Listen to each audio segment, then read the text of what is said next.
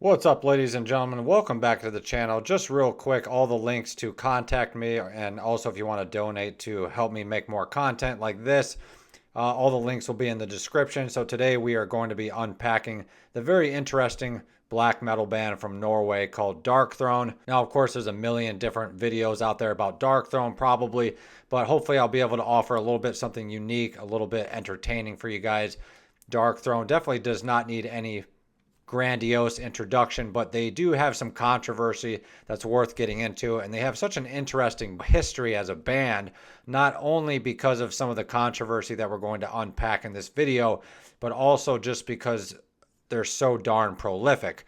Now, if you're familiar with the Norwegian black metal scene, you'll know that it sort of came to the heights in the early 90s. Partially, I would say mostly due to the music, hopefully, but also unfortunately due to a string of events that happened in the early to mid 90s that was surrounding church burnings and murders and all kinds of controversial things. And Darkthrone was a part of that really interesting, fascinating legacy. So please strap down and put on your heavy metal caps or your heavy metal shirts, and we will unpack the very fascinating history of the Norwegian black metal band Darkthrone. So Darkthrone has an interesting history, first and foremost because of the fact that, like I said, they're so prolific, but in addition to that, they have changed styles consistently throughout the years from their first album, which came out in 1991.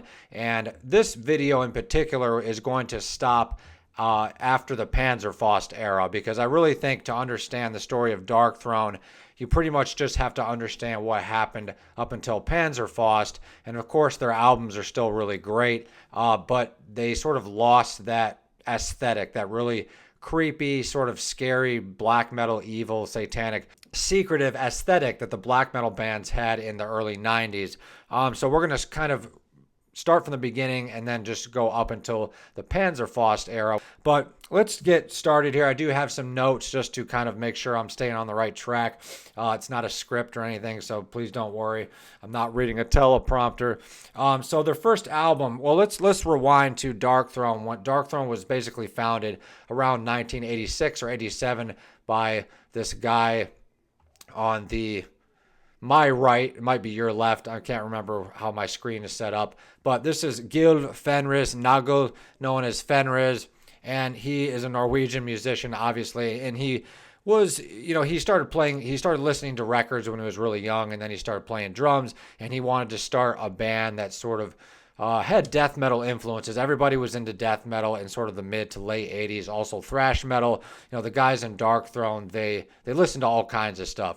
And this current picture that you're looking at, this is the current lineup of Darkthrone. Yes, there's only 2 members. They started out as like a 4 or 5 piece, but progressively with each album up until Panzer Foss or even Under a Funeral Moon, they progressively lost more and more band members, I should say, and we will talk about why. But let's rewind to 1991. Let's rewind a little bit before that. Darkthrone formed in 1987 by Fenris, the guy right here, and next to him is Nocturnal Culto, also known as Ted, as well as a gentleman by the name of Sapphirus, who was the second guitar player. And the bassist Dag Nelson. So Fenris, we got Fenris, the drummer here. Next to him, we have the second guitarist slash lyricist, or the first guitarist, I guess you could say, Nocturnal Culto. And then also we have Sapphirus and the bassist Dag Nelson. I didn't really, include an image of those former band members because they're important to the history of Darkthrone, but they're not really important to the overall story of Darkthrone. When people think of Darkthrone, they think of Nocturnal Culto and our good friend Fenris here. So that's pretty much all you need to know, is that Darkthrone started out as a death metal band in the late 80s, and they released their first album, which was a death metal album called Soulside Journey, which was released in 1991. And I actually went back to listen to this album to kind of prepare for this video, and it's a really interesting album, and it's definitely a unique take on death metal. It's almost like very progressive, almost like Rush meets Cannibal Corpse or something like that. But it doesn't sound like any other death metal that was coming out around the late 80s to early 90s. And so we have to briefly touch upon original death metal vision of Darkthrone. Of course, they had other influences and stuff, right? But everybody wanted to play in a death metal band back then. It's kind of like when I was growing up, it was all about death metal, thrash metal, death metal, and then you kind of find black metal last for some reason. You kind of find that after the fact. When you're young, you're full of energy and angst and rebellion, and you want to make the most shocking, vulgar music you can. What better way to do that than to play death metal? And that's kind of what Fenriz and Ted were doing here, along with Sapphirus and Dag Nilsson. But after the release of, we talked a little bit about the style of Soulside Journey, the first death metal album that they made. It's a very unique take on death metal, but I wouldn't say it's my favorite type of death metal. It's just a little bit too weird. It's a little bit too avant-garde. It's kind of all over the place, and sometimes the songs don't have a lot of lyrics or really strong song structure. It just sounded like they were trying to be as complex as they possibly could. Having said that, the type of death metal that Darkthrone played was much more melodic and progressive, and not so much just constant blasting, constant gory lyrics. Their lyrical stories actually had interesting backstories to them, so you guys can check out the Soulside Journey album. But fast forwarding to their second album, which was A Blaze in the Northern Sky, which did come out in 92. And by the time we get to this Blaze in the Northern Sky era, you'll notice that Darkthrone, if you're familiar with Darkthrone, or even if you're not familiar, if you just look at the entire aesthetic of the album cover, as well as just listening to the first couple of songs from each album from Soulside Journey versus A Blaze in the Northern Sky from 1992, they changed their entire aesthetic, right? They still had some heaviness to their sound, obviously, right? I mean, they're still a metal band, and their production quality still had a pretty decent level of finesse to it. But as we go later into the 90s, with each progressive Darkthrone album, you will also see a decrease in the sound quality of every single Darkthrone album. And what we see on A Blaze in the Northern Sky is more like pagan, mythological, historical, but it's much more influenced by pagan and Norse mythology versus their original album, which might have had a little bit of that on Soulside Journey. But they were going for a completely different sort of aesthetic, lyrically, musically, and also recording wise. And basically Fenriz and, particularly Nocturnal Culto and Fenriz here, the two sort of founding or the main creative influences behind Darkthrone, were growing very, very disillusioned by the death metal scene, the death metal ideology, just a bunch of young kids with long hair going up on stage playing death metal, wearing sandals and shorts, and kind of singing about all this PC stuff. As Fenriz once quoted, they were just kind of sick of the whole overproduction of all the sound, the albums that were coming out of the Moore Sound Studios from Tampa Bay, Florida. And Fenriz and Ted just really wanted to do something different. They were sort of going back to the roots and listening to bands like Celtic Frost and Bathory and Venom and just old thrash metal, old black metal.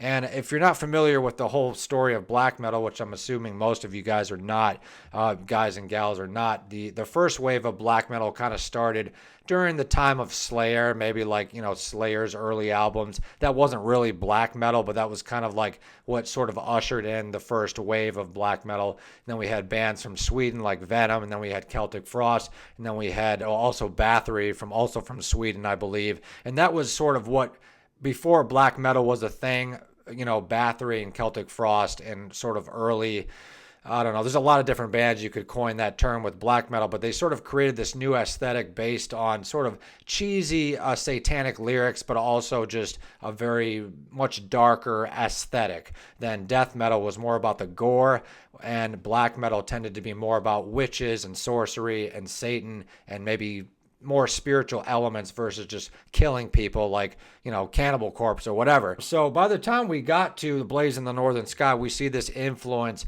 from Darkthrone. They're taking on this new aesthetic, and not only lyrically and musically and sound quality, but they also took on a different aesthetic with their album covers. If you're not familiar with Darkthrone album covers, this is kind of what they started to look like. This is also a complete rebellion against sort of the painted cover art, as Fenriz was quoted as saying he wanted to sort of get away from all those death metal bands that had these really elaborate painted cover art. And what Darkthrone went for, as well as a lot of the other black metal bands during this time, was a very sort of grim, frostbitten photograph, that of just one or two band members outside holding a sword or holding like a medieval torture device, wearing a hood or something out, in the landscapes of Norway in the middle of the night, holding a candle or something. All the images were in black and white, and they sort of ushered in this new aesthetic that was much different than the Cannibal Corpse album covers or the Creator album covers or the Slayer album covers or whatever. So I'm not going to talk too much individually about each and every album because we'd be sitting here all day, but all you need to know is that the first Darkthrone album was a death metal progressive album. By the time we got to A Blaze in the Northern Sky, we're moving in a different direction, more towards just really raw, sort of primitive black metal as it was known. So now we're going to fast forward to 1993 with Darkthrone's third album, which personally is one of my favorites. It's actually a toss between this album called that we're going to talk about now, called Under a Funeral Moon, released in 1993, and also I'm torn between that and Panzer Foss, which was released in 1995. But as far as Darkthrone's early black metal trajectory, I would definitely say that Under a Funeral Moon just hits all the right spots if you want to listen to a really eerie, creepy, scary, satanic death metal album. It's not even really that satanic, but it's just very sort of, it just has that aesthetic of sort of, satanic paganism. And I know that's not a real thing. I know paganism and Satanism are completely different, but they sort of fuse this Norwegian mythology, with sort of satanic, blasphemous imagery, or sort of the whole aesthetic of wearing spikes, wearing upside down crosses, and they all had corpse paint on their faces. If you're not familiar with corpse paint, please go look that up. But I will say that Under a Funeral Moon is just one of the greatest black metal albums that's ever been made. Having said that, it sounds like Fenriz or one of these guys decided to turn all of the low end down. The whole album sounds really cold, really isolated. It sounds like it's in the middle of a blizzard. The drums kind of just come out of like one headphone sometimes, usually, and it's like constant blasting. But they have these really eerie, captivating, creepy riffs and lyrics. I do believe that Ted Nocturnal Culto covers most of the vocals from pretty much all of the history of Darkthrone. Fenriz later started doing vocals and also did some vocals previously. But for these main albums that we're discussing, Soulside Journey, Blaze in the Northern Sky, what's this one called that we're talking about now? Under a Funeral Moon, most of the vocals were covered by Nocturnal Culto, but interestingly enough, sort of like Rush, Fenriz, who's the drummer here, actually wrote most of the lyrics, kind of like Neil Peart wrote all the lyrics for Rush. I'm sure sometimes, he collaborated with Nocturnal Culto here. But I can't say enough good things about Under a Funeral Moon. It just sounds really scary. Just makes you want to go out into the graveyard in the middle of the night and rob graves and just, walk around with a candle and do all kinds of crazy stuff that you probably shouldn't be doing, obviously. But it just has that really creepy aesthetic. It makes you just want to walk around during a full moon and just, wear your corpse paint and just act like a complete metalhead. And, we talked about the decrease in sound quality from the early days of Darkthrone, and we're getting worse and worse and worse with the sound quality. And now this was purposeful, right? If you guys are familiar with black metal at all, we might have to unpack more black metal topics because I think it's interesting, but also just so you guys might get a better understanding of it. Because if you type in black metal in YouTube, you're probably going to get Cradle of Filth and, I don't know, maybe Immortal, which I love Immortal, but you'll get more of like sort of maybe the more mainstream type of black metal bands, Cradle of Filth, as well as, I don't know, Abigail Williams and all. I don't really care for Cradle of Filth at all. I'm not going to get into that at this moment. But 1993, with the release of Under a Funeral Moon, we cannot skip past 1993 without also immersing you guys just briefly in some of the controversy that was surrounding the Norwegian metal scene, the Norwegian metal world at this time.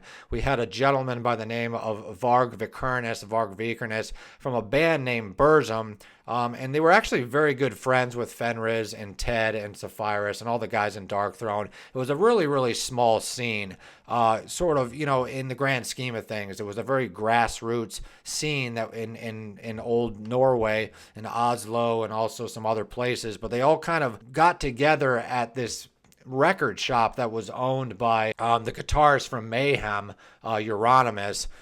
His real name is escaping me at the moment, but everybody knows who Euronymous is if you're familiar with the early black metal 90s scene. And he had a record shop, and he was sort of involved in promoting a lot of the different bands. He kind of made friends with the bands, but things kind of went sour. Like a lot of people thought Euronymous was kind of becoming like this black metal poser. He did not really walk the talk. He was kind of all about the image, perhaps. I'm not saying any of this is true. I'm just saying from a lot of the documentaries and the interviews that I've read is that Euronymous was kind of getting a bad reputation. He was borrowing money from Varg Vikernes to promote Burzum albums and borrowing money from different people, saying he was going to, release albums and merchandise. None of it ever really happened. And not only this, but it gets really dark during this time because we're diverging a little bit from Darkthrone here, but I think this is important because Darkthrone is involved heavily with Mayhem, the band Mayhem, and Euronymous, as well as Varg Vikernes from Burzum. They were all friends. They were all part of this small niche kind of Norwegian music scene. But the relationship between Varg Vikernes from Burzum and Euronymous from Mayhem really came to a head around 1993. Not only this, but it's also alleged that, it's not really alleged, it's actually proven that Euronymous sort of was an accomplice of Varg Vikernes in the church burnings that took place in Norway at this time as well.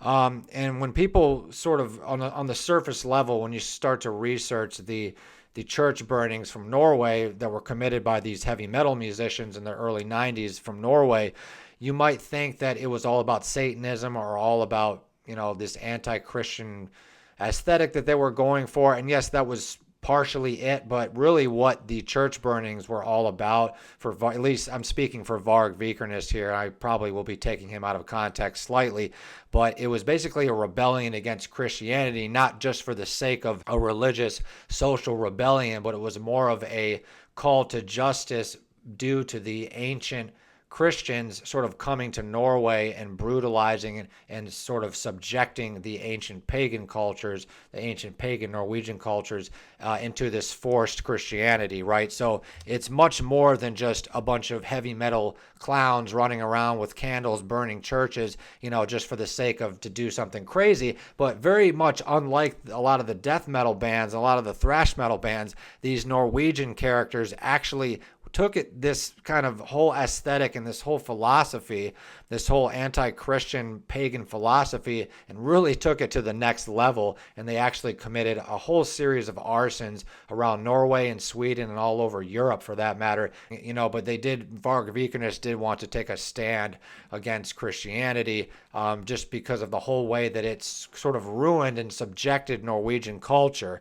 But also, let's fast forward to, I think this happened during mid or late 1993, and we talked about the bad relationship between Varg Vikernes and Euronymous from Mayhem, but it came to a head in the period of late 1993, I believe. And I'm not going to go through the whole story of what happened. You guys can watch Until the Light Takes Us, which is a really great documentary on the early Norwegian black metal scene. But basically, to make a long story short, Varg Vikernes murders Euronymous from Mayhem, and there's a lot of speculation on exactly why he did it, but basically he claims it was self-defense. He went over to do some kind of a business dealing with Euronymous. Now, who knows? Varg Vikernes is definitely a sort of a sociopathic character in this community. So it's alleged that, they had a disagreement, and then they ran around and chasing each other, and they had weapons in Euronymous' apartment, or maybe it was Varg's apartment. I can't remember which.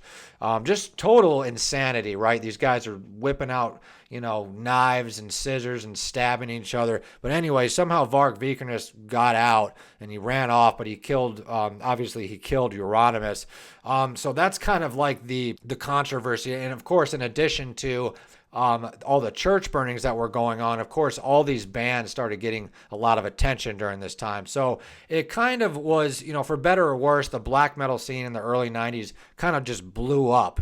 Just everybody was listening to black metal and wanted to know more about these church burning murderers from Norway.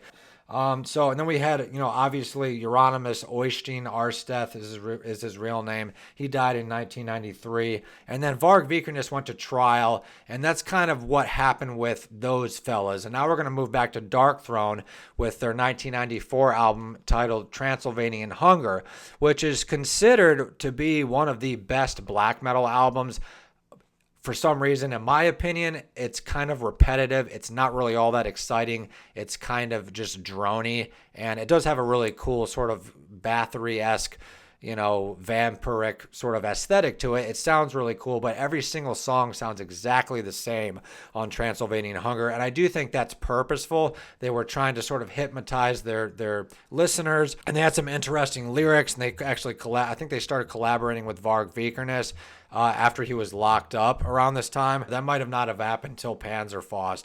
But speaking of Transylvanian Hunger, we do have some controversy surrounding the release of Transylvanian Hunger, not only because of the lyrical content, which I think that also bled over into their next album, Panzer Foss, but they were sort of alleged that they were collaborating lyrically with Varg Vikernes and this other individual who is, Varg Vikernes is sort of a outspoken anti-Semite.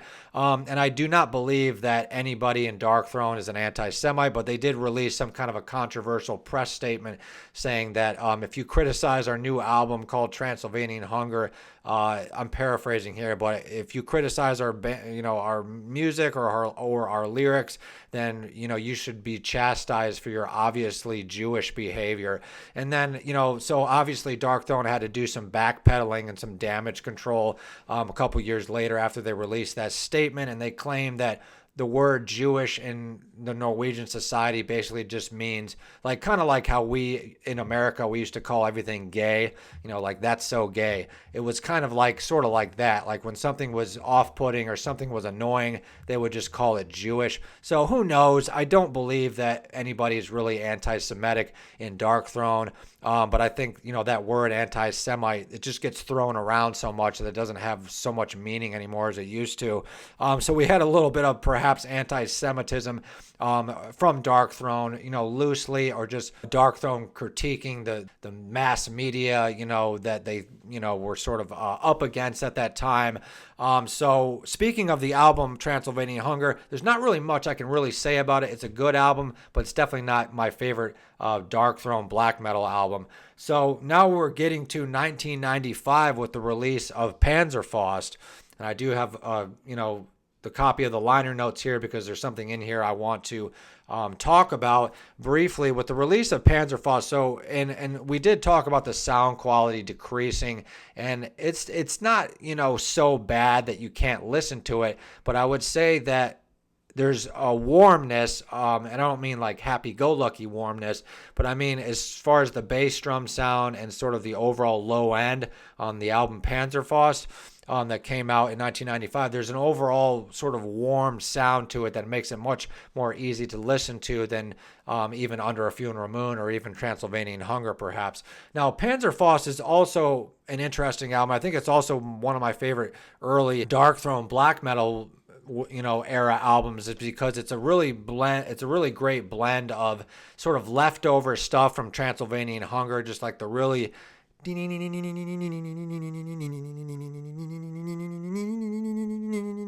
just that really drony hypnotic stuff, but then they also break into these really awesome like Celtic frost riffs where they go like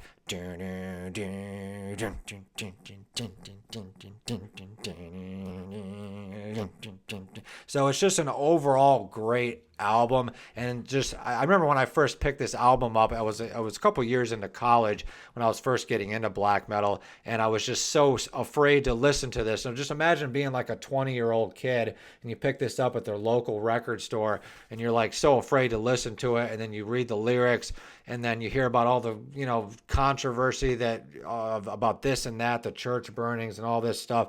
But the album just has this really creepy, unexplainable aesthetic, very similar to Under a Funeral Moon, but I think this album is just, the songs are so much better. It's a really short album, but it's just eerie. And if this is like probably my desert island Darkthrone album. I wouldn't say it's my favorite black metal album in the entire world, but as far as Darkthrone goes, it's a toss between Under a Funeral Moon and Panzer Foss. And yes, I kind of skipped over Transylvanian Hunger because I just don't think it's that interesting of an album. I went back and listened to all the Darkthrone albums the last month to kind of prepare for this video. We do have a little bit of controversy in the liner notes of Panzer Foss as well that reads as follows: Darkthrone is certainly not a Nazi band nor a political band.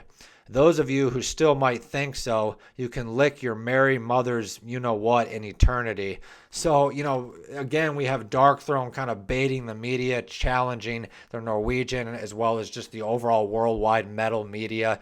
And that can happen in the metal community. You say one thing out of context, then you get a bunch of social justice warriors on your tail, accusing you of being a Nazi. And pretty much after the Panzer Foss era, we see a different vision for Darkthrone, not only in style, but also in their public image. They started to do interviews again. They started to take kind of goofy metal pictures like this. And Fenriz kind of, oddly enough, by the time the late 90s, early 2000s rolled around, he sort of became like the Mr. Rogers of YouTube, or the Mr. Rogers of black metal, rather. There's a bunch of funny clips of drunken Fenriz, listening to music in his apartment. And also I'll point you guys to the that documentary we mentioned called Until the Light Takes Us. It's just a fascinating watch. It really takes a whole night to really watch it, at least like 2 or 3 hours, but it's definitely worth it. And it can kind of fill you guys in on everything that we kind of just briefly touched upon here. But I did want to just offer you my personal experience with Darkthrone. I started listening to Darkthrone when I was, like I said, after I sort of was getting disillusioned with, death metal myself, and I wanted something more primitive. I wanted something scarier and something more vampiric and just something more like Dungeons and Dragons, or just something that made me feel like I was walking around in a graveyard, or something that made me feel like it was evoking the sound of the full moon, or like becoming a werewolf, or just something that was a little bit different than just Suffocation or Cannibal Corpse or what, Nile. I mean, there's a lot of great death metal bands, don't get me wrong, but I think people were hungry for something else, and that's where black metal kind of fills that gap. They kind of fill that almost Halloween desire within us to just be scared and just be sort of primitive and cryptic, rather. So that pretty much sums up the story of Darkthrone, not in its complete entirety, but like I said, before I interrupt myself, after the Panzer Foss era, we just kind of saw this different image for the band. They started doing interviews, they started doing more videos, and we sort of saw this more human aspect to the guys in Darkthrone. And by this time, I sort of left out all the lineup changes, but by the time we got to Under a Funeral Moon, I think that was the last time they were a three-piece, and then by the time we got to Transylvanian Hunger, it was just Fenriz and Ted here, I believe. So not only interesting controversy surrounding Darkthrone with the associations, and I've also forgot to mention this too, but in the documentary Until the Light Takes Us, Fenriz was interviewed extensively, and he does hint at the fact that the authorities, at least the Norwegian police or whoever was on his tail, suspected him of being an accomplice of some of the church burnings with Varg. And it's kind of left me wondering, it's definitely a possibility. There's a little bit of something about Fenriz during this time that they were recording that makes him seem a little bit guilty. I'm not saying it's 100% true, but I wouldn't be surprised. Who knows? A lot of these bands probably participated in the church burnings. It definitely was not done all by Varg Vikernes, but my hunch would tell me that it was pretty much just Varg, and maybe he coerced Euronymous from Mayhem into a couple of them, and maybe some other shady individuals that remain unknown to this day. But who knows? We can only speculate. Maybe if Fenris from Darkthrone, our beloved, goofy, loving Fenris, was he possible of committing a church burning back in the early 90s? I don't know. Let's hope not. But who knows? One can only speculate, as Vegan Cheetah used to say. So after the era of Panzer Foss, when Darkthrone kind of came out with this new aesthetic, I'm not going to talk too much briefly about I'm not going to talk, too much in depth about their albums, but I'll just kind of touch loosely on how their style changed. They sort of started to shed this black metal aesthetic. They didn't want to do that as much anymore. They still have sort of a black metal swing to their music, a black metal aesthetic. I haven't really checked up on their most recent albums, but they were heavily influenced by this old style called crust punk. And if you listen to the late Darkthrone, the late 90s Darkthrone albums all the way through the 2000s up until like Circle the Wagons, and even up till today probably, you will hear this really raunchy kind of crust punk influence, like Circle the Wagons. I mean, that's a really great album from their later trajectory. But I don't think it's fair for me to give a full analysis of all their albums after Panzer Foss, because I simply haven't listened to them in a long time, and I would have to go back and do that. But that's something we could probably do if you guys want me to talk about the later era of Darkthrone. I don't think there's much controversy in the later era, but just a fascinating story. I hope you guys enjoyed the story of Darkthrone. And let me know in the comments section what you guys think of black metal from what you've heard of it so far. Let me know if you have a favorite black metal band, or a favorite death metal band, or a favorite thrash metal band. Like I said, all the contact information for me and my channel will be in the link in the description. And I'm going to be adding this to the music commentary playlist. We've curated a bunch of different playlists for you guys, so I hope you guys will enjoy this. And thank you so much for sticking around to listen to me ramble about black metal, and we will see you guys in the next video.